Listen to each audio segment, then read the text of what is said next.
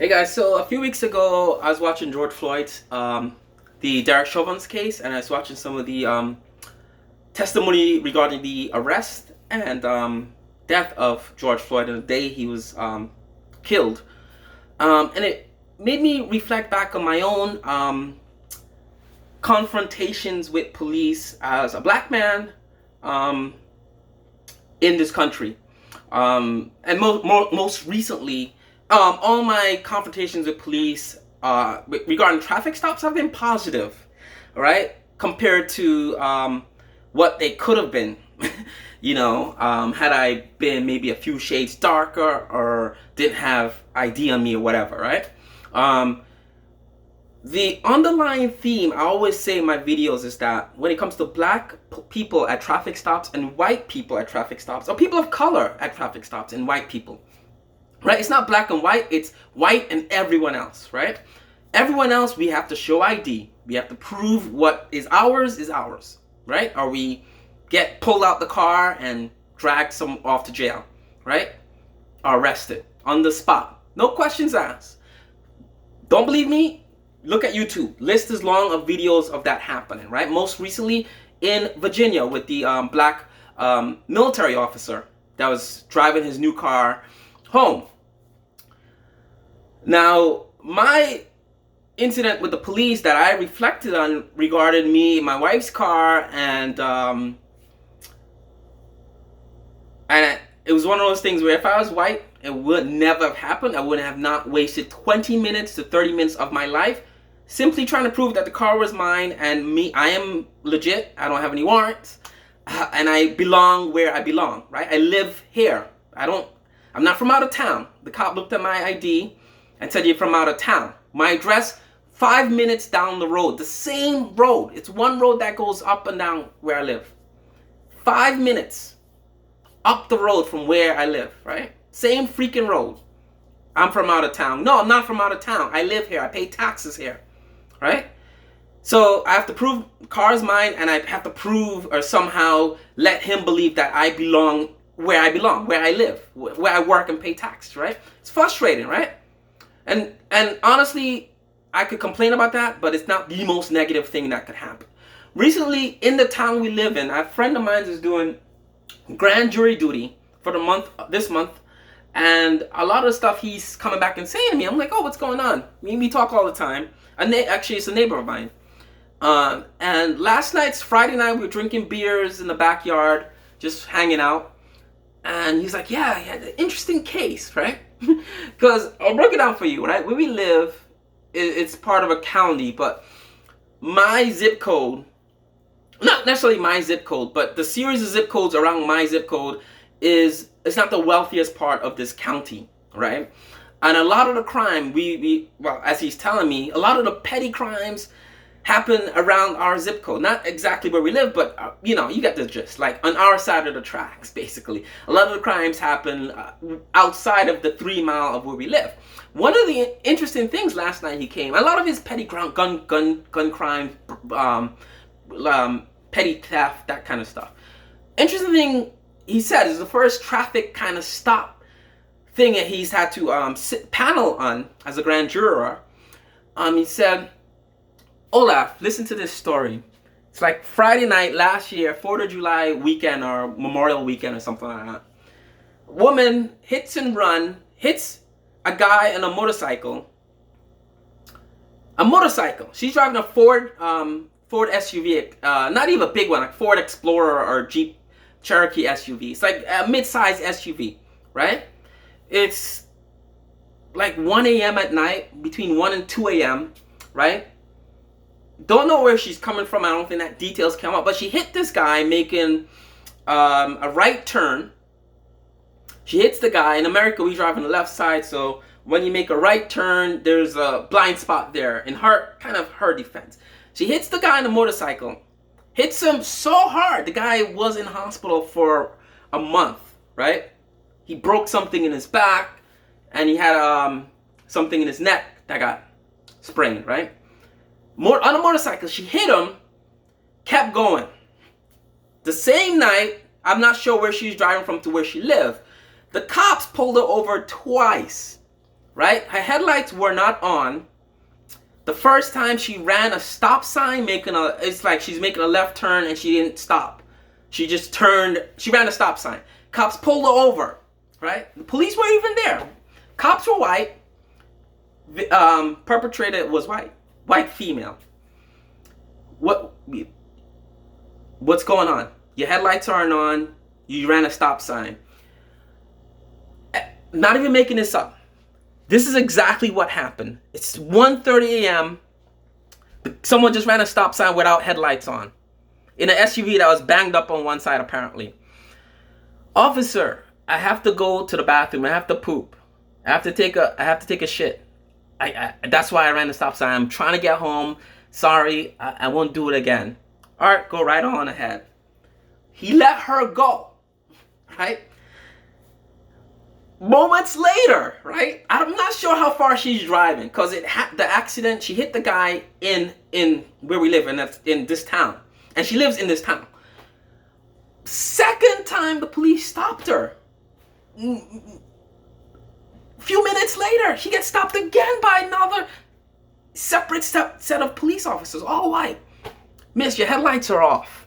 You're speeding, right? You going, I think she's going like 30, 40, 41 in a 25. 41 in a 25, you're speeding. Your headlights were still off. At that time, when she hit the guy, the SUV, and I guess she didn't realize when you switch it on, even though one headlight is damaged, it's a computer thing, so it shuts all the headlights off or something, or just turns on the high beams. So it's weird. So kind of that's what happened. So her headlights were not on. What are you doing? Oh, sorry, I have to go to the bathroom. I have to poop. White lady, it's like 1:45 a.m. on a holiday weekend, right? Speeding without headlights on. Oh, you have to poop? Go right on ahead, right? Meanwhile, the poor guy is on his way to the hospital, and the cops show up at that scene, and they realize, wait a minute, red SUV, they looked at the camera. I don't know how they figured it out, but they realized that's the girl. And they raised her, it's all at one stage. And oh yeah, we just stopped her. And then someone else said, we just stopped her and we let her go. Right? Right? She could have killed someone and left the scene and was stopped 2 separate times by 2 separate group of white officers. No ID, no questions asked. I have to poop, officer. I'm speeding to get home to use the bathroom. Right? It took them a while to figure out where she lived. Right? Because they kept her, they had her plates. Came up in the camera. They didn't even take her freaking license plate to let her go. They were able to get the license plates from the camera, and this is how the grand jury works. The evidence is sort of presented in a way that you have to decide if it's going to be indicted or not. They let her go twice. 1:45 a.m. on a holiday weekend, Saturday night, Friday night, I'm not sure of the night. One of the officers was asked, well, why did you guys let her drive away, headlights off? She just committed a traffic crime. Oh, well, she didn't look drunk. She didn't fit the appearance of someone that was drunk or doing something illegal or dangerous. 2 sets of officers, that's 4 police officers on patrol on a holiday weekend night, let a white female through 2 traffic stops without even asking for her ID, registration. You have to, and from the way it sounded, they didn't even ask her anything. She just put her window down. I have to go take a shit. Please, I'm driving to get home. Blah, blah, blah. All right, fine, go on. That's exactly how it, and everyone in the juror panel was like, the hell? And then they kept questioning the cops, like, what's going on? We didn't know it was her, and we approached the car, and we didn't see apparently her SUV on the other side was just scraped up. Her lights was broken. She didn't realize this. And eventually they went to her house. Within an hour or 2, the guy went to the hospital, and they had to like go after her, right?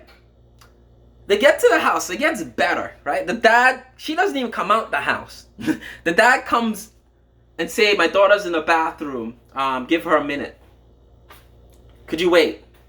And officers went back to the car and sat until the girl took her shit. Then she came out crying, oh, I didn't know. They took a statement from her, and that's it, right? I tell you now as a fact, right? If I did that, And I didn't even hit anyone. I was just driving without my headlights off, and I got stopped, right? For running a stop sign, right? I would be in a lot of trouble. At 1:45 a.m. on a midnight, on a holiday weekend night, I would be in a lot of trouble, right? And I hit a guy on a motorcycle. They would have found that out the first time they stopped me, right? That's the difference in this country, right? Being white and being everyone else regarding the police. And that's sad. That's fucking sad. This woman could have killed someone and got away with it simply because of racial bias. The reverse of it, right? We see the flip side of the news all the time, where it's an unarmed black guy being accused and killed on the spot. But when you're white, you let go. Oh, you have to go to the bathroom, go on ahead, right? How many times, and I want police people to look at me on this channel and come and tell me, how many times have you let a black guy go to say, I have to pee or I have to take a crap? During a traffic stop, let him go home and do his thing. Tell me, right? Am I making this up? Am I lying? Right? No, crickets. And that's all you hear from these police departments when shit like that happens, right? And if I was that motorist, right, motorcycle guy, I would sue the white woman. I would sue the entire Yonkers police department, right? Right? Because that's poor policing based on racial bias, that a white lady driving at 1:45 a.m. is the most innocent thing on the streets at night, right? But a black guy or black family driving at the same time is the most dangerous thing on the planet right now, right? And that needs to be sued. It needs to be sued. And like I said in my last video, when the motorcycle guy gets his money, guess who's paying for that? Me. I pay taxes in this county. Property taxes, income tax. I pay taxes here, and he's gonna get my money, right? I'm a black guy. Had I been stopped that same night, even if I wasn't even involved in that thing, I would have, and I had my headlights off, and I said, officer, I don't got nothing for you. I just got to go home. I'd been dragged out the car and shot, handcuffed, right? And that's sad. Come and talk to me. If you guys don't believe what I'm saying, or you have issues with this channel, come and talk to me. You Trump people, you police, Blue Lives Matter people, come and talk to me. Anyone from the police union, come talk to me, right? I'm a tax-paying citizen, right? I love policing. I support policing done right. I don't support John Wayne policing, shoot first, ask questions later, white is good, black is bad. I don't support that bullshit, right? It's 2021.